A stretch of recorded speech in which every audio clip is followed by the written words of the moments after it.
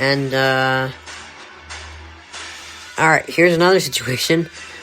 Knicks are in the playoff race right now. I didn't think there was any way it would happen. I didn't really like the Tom Thibodeau hire.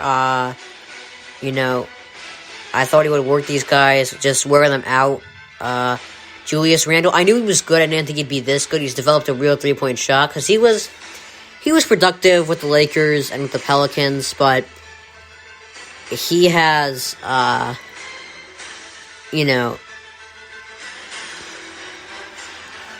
really developed into a great player. And I did not see that. I didn't see that coming this quickly. But he's done a great job, and Derrick Rose is fitting in the lineup very well. Who else is doing well? RJ Barrett is the star.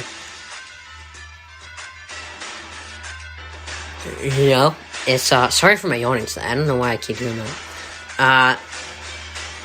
But everything's working out for them. It's all coming together, and I hope they're in the playoffs, because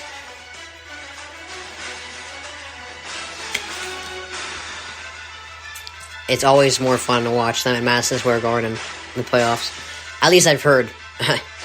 Sorry, I don't really remember the last time they were in the playoffs. Alright, so, here's another situation where I was wrong final one.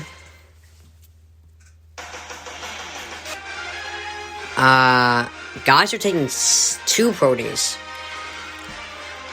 Pro days are getting more popular instead of less, and I thought, after this year, people would realize, these don't make... Because the combine got dropped, so...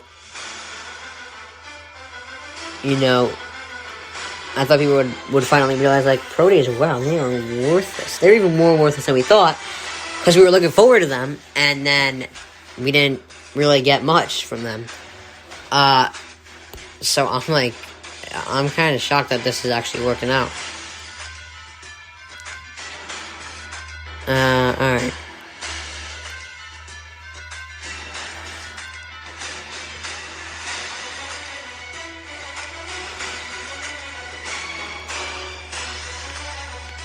Alright, so, actually I wanted to talk about Zion. He said he would love to play, he loves playing at Madison Square Garden, and, I think Zion's, impossible to root against, and, he's just so likable, because that smile has that vibe about him that it comes off really likable, and, Madison Square Garden, he's right, I can imagine it's great down there,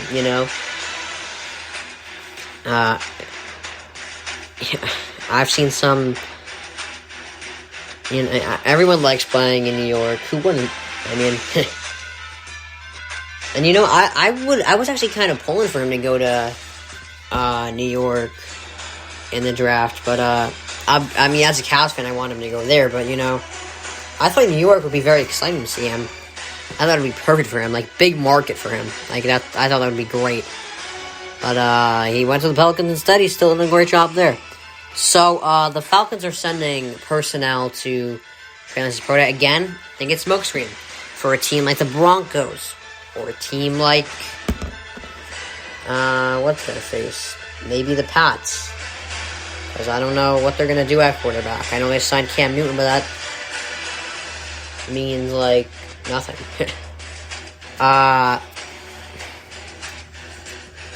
And Trey Lance, he's a guy that a lot of people want. I think he's a great athlete. Problem is he didn't have a very easy schedule, and we haven't seen a lot of him.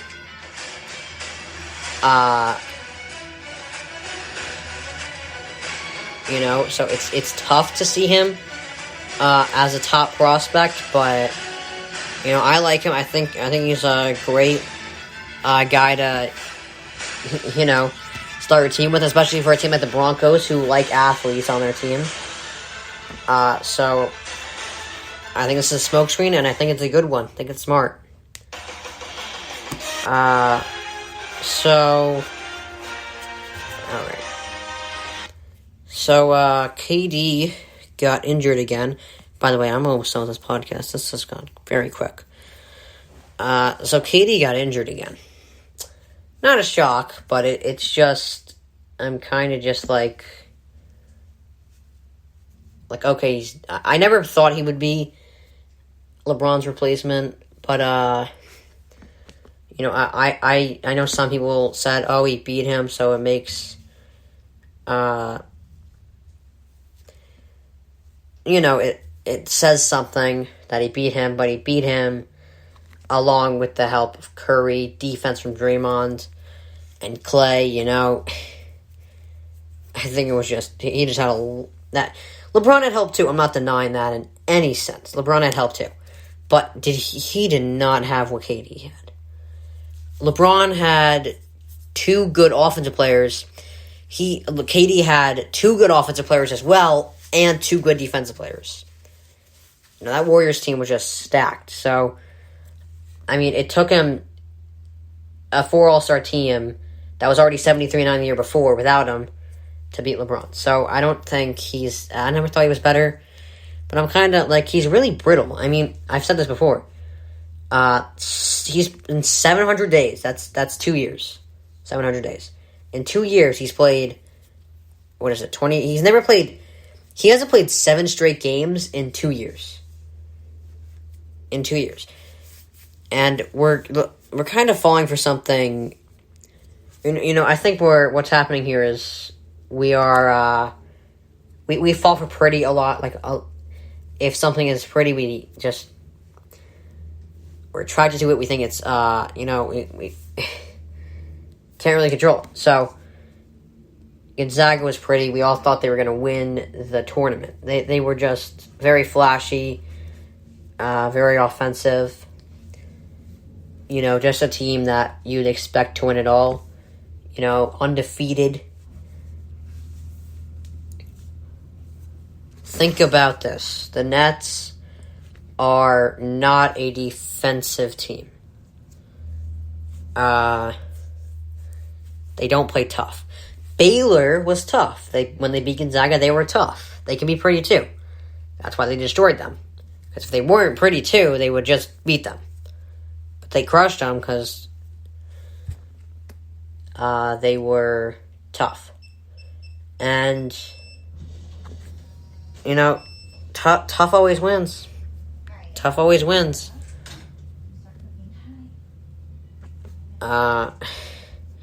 Jordan's Bulls were not only pretty, they were tough. The Warriors, not only pretty, like I said, they had two good defenders. Draymond and Clay. Two good defenders. They were not just pretty, they were tough. Now think about this. Kyrie, if you look at his history, pre-LeBron, with the Cavs, pre-LeBron, Celtics, and Nets, he's injured and he plays when he wants to. That's his history when he doesn't have LeBron. So, I find this team a little tough to trust in the playoffs. Again, their offense is incredible and they've done a great job, but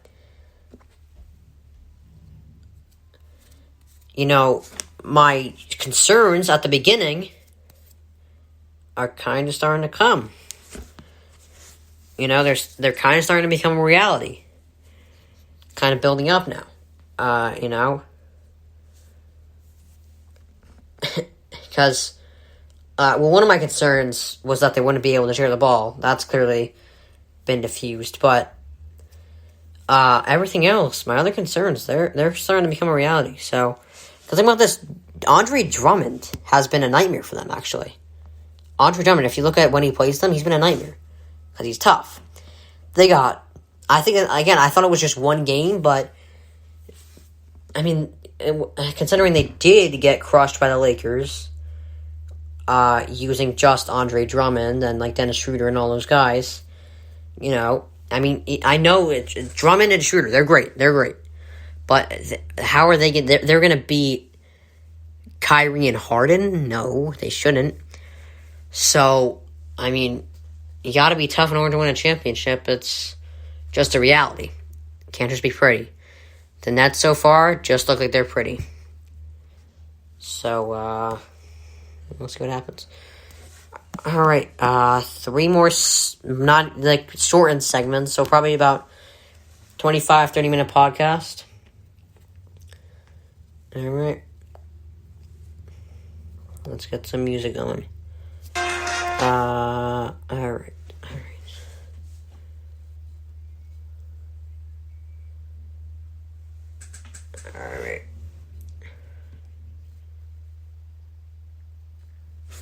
Sorry, just waiting for it to load. My next three topics are, let's see.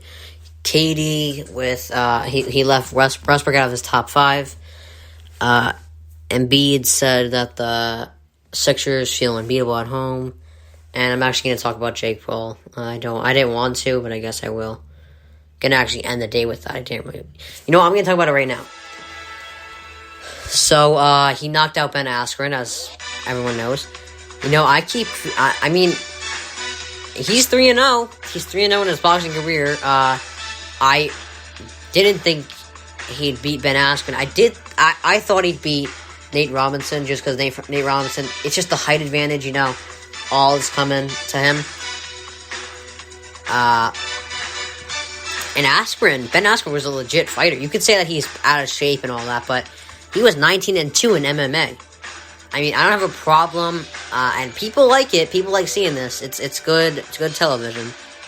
You know, so it's good. It's good entertainment. I think it's great. You know, but 3-0. He's 3-0. He's gonna fight other people, I've heard. So we'll see how he does with that. But he's somehow doing well. I don't know how it's happening, but it's working. So now back to my other topics. Embiid says the Sixers feel unbeatable at home. Now think about this: are they number one in the East right now, or is it the Nets? Let me just pull it up real quick. All right, they're still number one by a game and a half.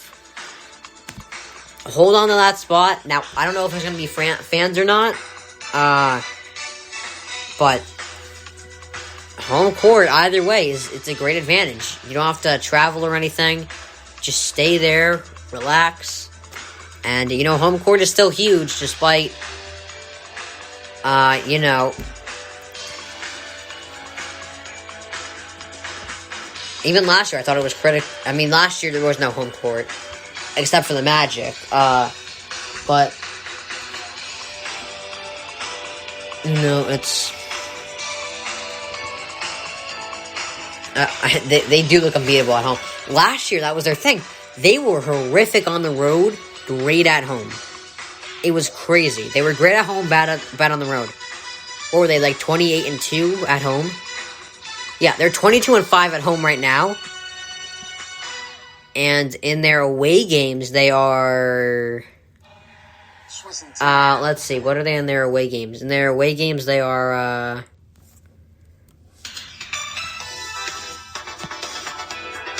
17-12. They're kind of facing a similar thing. But if they can get that home court advantage at home with the 1 seed, it's perfect. And think about this: the Nets, they struggled against Drummond. How are they going to shut down Embiid, who has had his best year so far?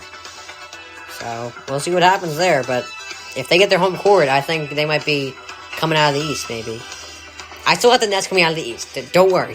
I'm not going crazy here. But I am starting to have a little bit of doubt. So I'm going to end this day here with KD leaving Westbrook out of his top 5 teammates. Now, I mean, sometimes when you're asking people questions, they freelance, they ad-lib in interviews, and they forget. I'm not going to freak out, but I feel like you should remember Westbrook, who was...